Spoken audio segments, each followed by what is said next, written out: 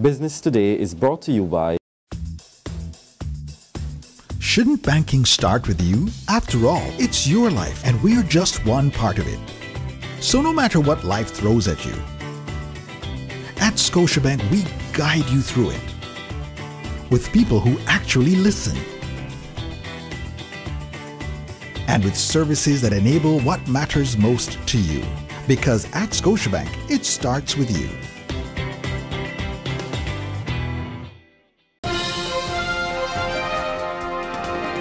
This is Business Today. I'm Sandy Dean. The dark cloud hanging over Barbados' international business sector has lifted. On Tuesday, the European Union removed the island from its list of non-cooperative jurisdictions issued on December 5 last year. The Barbados government mounted a strong lobby led by Industry Minister Donville Innes and officials from the international business sector. The EU Council said that delisting Barbados was justified in light of an expert assessment of the commitment made by the jurisdiction to address deficiencies identified by the EU. The good news came as International Business Minister Donville Innes traveled to Paris to sign the Multilateral Convention to implement tax treaty-related measures at the Organization for Economic Cooperation and Development. Resolution Life Assurance Company Limited is open for business. The company, which replaces the collapsed Clico International Life Insurance, was recently launched. Chief Executive Officer Cheryl Senhouse immediately reached out to policyholders, pledging that cash levels will not change and they will realize the intended benefit of their policies over the long term.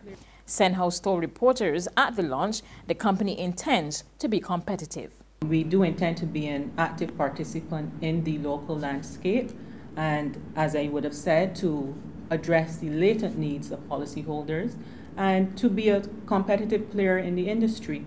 To do that, we need to come to the market with new products and to launch our own portfolio of Res Life products into the marketplace. At this point, I would also want to say that we are heartened by the response of some of our policyholders, even in this very early stage, who've been inquiring about the purchase of policies. So we certainly would want to ride on that. The customer is number one for Flow. That's the message the company is sending to Barbadians as it launched its state-of-the-art Customer Experience Center at its former Windsor Lodge headquarters last Thursday. Managing Director of Flow, Jensen Sylvester, admitted that the telecommunications company has not always lived up to customer satisfaction. But all that is about to change with its Action in Satisfaction campaign, which not only targets customers, but employees as well. Because we're starting with our staff. So the Action in Satisfaction campaign is our commitment to each other as colleagues to make sure that we are delivering an exceptional service experience for our customers. Our mission is to become a company where people are proud to work. I think that's an important point. And the Action in Satisfaction campaign is our first step to getting to that place. Once we're able to do that, we are confident that it will become a place where customers are happy to conduct business. So the Action in Satisfaction campaign is really more than just a short-term campaign.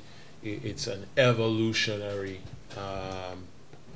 process for how we engage with our staff and by extension how we engage with our customers. Flow has been in a state of transition after telecom giant Liberty Global took control of cable and wireless communications 2 years ago.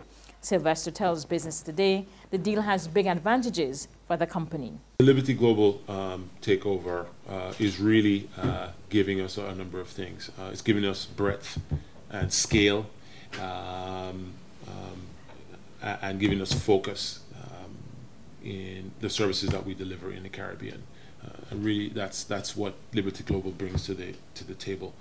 It's a global telecommunications company, and what they're bringing is that breadth and that depth, and giving us access to scale, economies of scale, and content that they deliver across the world. Employers of fast food chain Burger King came in for high praise recently when the company held its 5-year anniversary award ceremony at the company's Sky Mall location. General Manager Ryan Walters said the journey has not been an easy one, while pointing out that many people were skeptical about the company's survival when it first opened here in January 2013. Today, the local franchise holders boast 6 restaurants across the island, hiring over 150 people. Though not an easy feat, over the 5 years we have built up a reputation of one of the leading QSRs and fastest growing QSR in the market. With a staff complement of over 150 employees, we have opened 6 restaurants, 2 in the first year and 1 each year subsequent. All of you, I mean every member of staff, has helped to build this organization. Now, as the company has grown and continues to grow in all sectors, we have bigger goals ahead of us to pursue.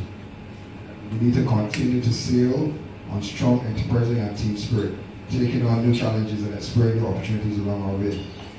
So let us keep up our good work with the support and solidarity of every member of staff and our board.